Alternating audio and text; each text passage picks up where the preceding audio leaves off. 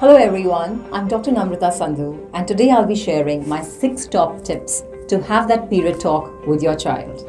Now before I start with my 6 tips, I think a lot of you would like to know when should you have the period talk with your child? What is the right age?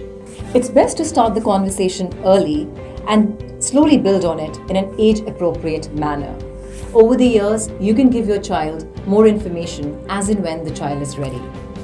So let's start off with my 6 tips that I want to share with you all.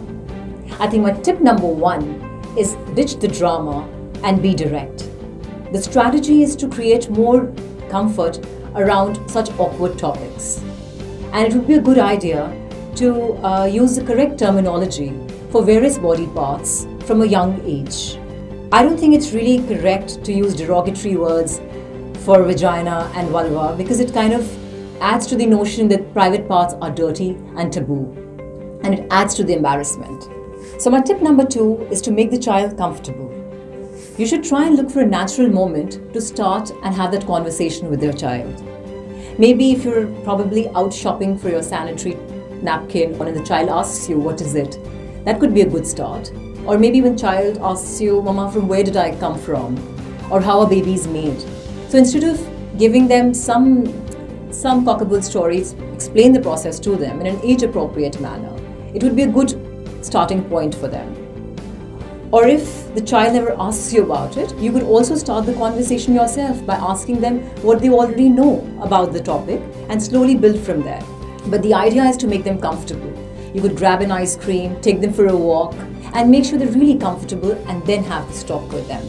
My tip number 3 is reassure the child. And trust me, reassurance goes a long way. I think a good idea would be to start with your own experience. You could tell about your own story to your child, which will reassure her, and also let her know that period is a natural and a healthy process. And it just goes to show that your body is functioning properly and it is growing from a girl's body to a woman's body.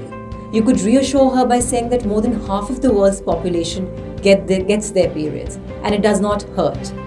So it's only natural for her to get hers. You could also try and normalize some of the awkward initial feelings that the child has towards the various changes taking place in her body, like breast development of pubic hair and underarm hair. And you could tell her that it's a natural change. Tell her it's normal and there is no reason to be embarrassed about it. My tip number 4 would be to educate yourself. Knowledge is power. And it's a very good idea to probably go to a bookstore and buy a book about pregnancy or childbirth.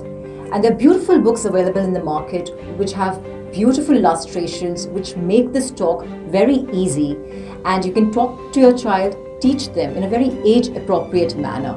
You could also familiarize yourself with the normal timeline of puberty, where you could explain to them the various changes that are going to happen in their body before they actually happen. My tip number 5 would be to educate the little man.